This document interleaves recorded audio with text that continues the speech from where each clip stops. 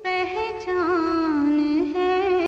तो स्वर कोकिला लता मंगेशकर नहीं रही और अभी इस वक्त नितिन गडकरी केंद्रीय मंत्री बोल रहे हैं, सुनते क्या कह रहे हैं। छत्रपती शिवाजी महाराज, स्वातंत्र्यवीर सावरकर या सगळ्यांच्या साहित्याशी, इतिहासाशी त्यांचा जिवंत संबंध होता आणि आमच्या सगळ्यांशी त्यांचा जिव्हाळ्याचा संबंध होता. त्यामुळे एक आधार आमचा सगळा गेलेला आहे. त्यांच्या परिवाराही खूप मोठा आघात झालेला आहे. परमेश्वर हे दुःख सहन करण्याची ताकद त्यांच्या परिवाराला देव ही ईश्वरचरणी प्रार्थना. आपल्यासोबतची एखादी आठवण लता दीदींनी ज्यावेळी वरळी बांद्रा सीलिंग प्रोजेक्टचं भूमिपूजन झालं होतं, स्वर्गीय बाळासाहेब ठाकरे, प्रमोद महाजन त्यावेळी उपस्थित होते. त्यावेळी सावरकरांचं जे गीत होतं, सागरा प्राण तळमळला, ते गीत त्या ठिकाणी हृदयनाथ मंगेशकर आणि मंगेशकर परिवारांनी गायलं होतं. त्यावेळी लता मंगेशकरांनी त्याबद्दल खूप आनंद व्यक्त केला होता, कारण स्वातंत्र्यवीर सावरकरांच्या प्रति त्यांच्या मनात असीम श्रद्धा होती. स्वर्गीय लता मंगेशकर जी हमारे देश के संगीत युग का एक इतिहास था. उन्होंने अपने स्वरों से हिंदुस्तान में ही नहीं तो पूरे दुनिया में भारत का नाम एक प्रकार से ऊंचाई पर पहुंचाया था. अनेक भाषाओं में उन्होंने गाने गाए हैं और विश्व का रिकॉर्ड उन्होंने पूरा एक प्रकार से विश्व का रिकॉर्ड तोड़ा है. मेरे और उनके परिवार के और उनसे व्यक्तिगत रूप से स्नेह था.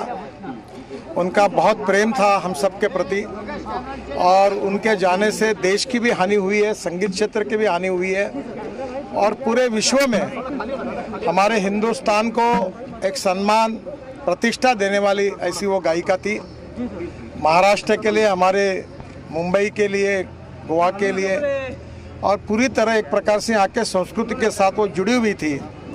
उनका जाना ये हमारे पूरे देश के ऊपर एक बहुत बड़ा आघात है. आज वो हमारे बीच में नहीं है, पर उनके स्वर, उनका संगीत, उनके गीत आगे भी भविष्य में ऐसी पीढ़ियों से पीढ़ियों तक हम लोग सुनते रहेंगे.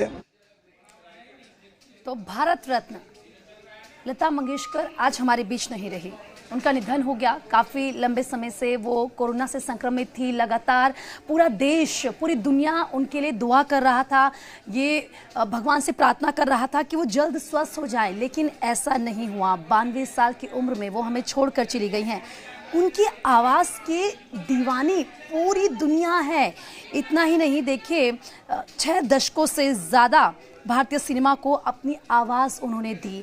और इतना ही नहीं, लगातार किस तरीके से उनका जीवन संघर्ष से भरा रहा. बहुत छोटी उम्र की स्वर कोकिला थी जब उनके पिता का निधन हो गया. उनके ऊपर तमाम जिम्मेदारियां आ गई और उन्होंने उन जिम्मेदारियों का निर्वहन करते हुए किस तरीके से सफ़र तय किया कि आज पूरा विश्व उन्हें जानता है और स्वर कोकिला उन्हें कहता है.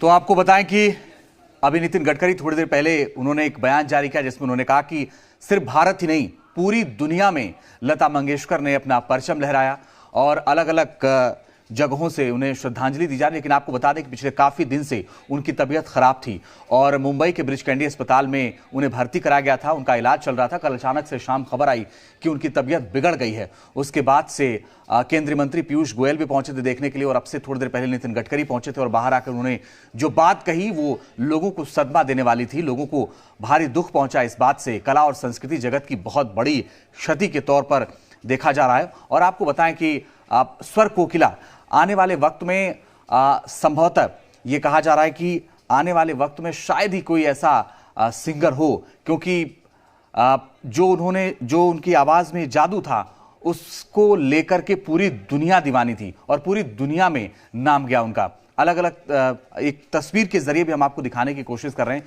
कि कैसे जब वो किसी भी मंच पर पहुंचती थी तो तालियों की गड़गड़ाहट से उनका स्वागत होता था. वो एक शब्द भी बोलती थी तो लोग तालियां बजाते थे. और प्रधानमंत्री भी उस किसी कार्यक्रम में पहुंचे थे जब उन्होंने लता मंगेशकर से मुलाकात की थी और उस मंच पर आप ये समझिए कि तालियों की गड़गड़ाहट थी. लेकिन आज लता मंगेशकर नहीं रही. 1929 में उनका जन्म हुआ था और आज वो हमारे बीच में नहीं है. आपको बताएं कि 8 जनवरी से लगातार उनका अस्पताल में इलाज चल रहा था. मुंबई के ब्रिच कैंडी अस्पताल में कल अचानक से उनकी तबीयत बिगड़ गई थी. हजारों गाने गाए हैं और एक से एक गाने. कोई भी फिल्म उनके बिना, उनके गाने के बिना अधूरी होती थी.